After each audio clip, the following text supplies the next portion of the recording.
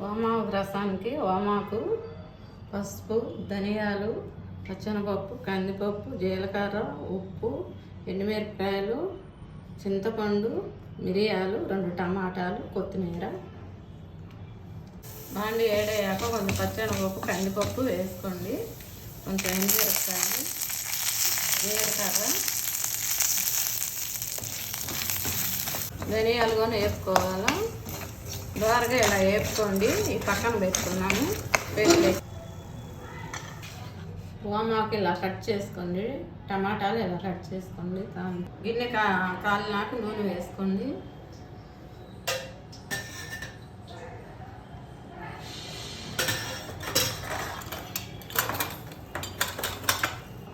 జీలకర్ర,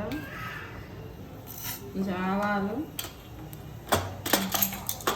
పచ్చనపప్పు వేసుకోండి.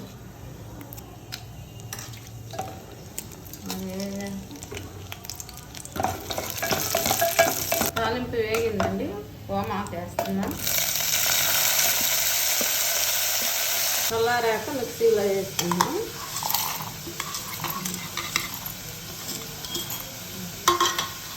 మిక్సీలో ఇలా పొడి చేసుకోండి.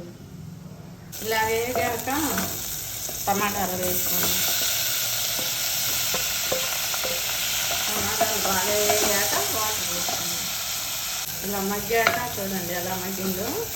అప్పుడు కొంచెం చింతపండు తీసుకున్నాక ఆ వాటర్ వేసుకోండి. ఉండండి. పసుపు వేసుకున్నాం, కొంచెం ఉప్పు వేసుకున్నాం. చూడండి ఎలా కాకుండా ఇప్పుడు వేసుకోవాలి. ఇందాక మనం మిక్సీ పట్టుకుంది. కొత్తిమీర, కరివేపాకు వేస్తున్నాం.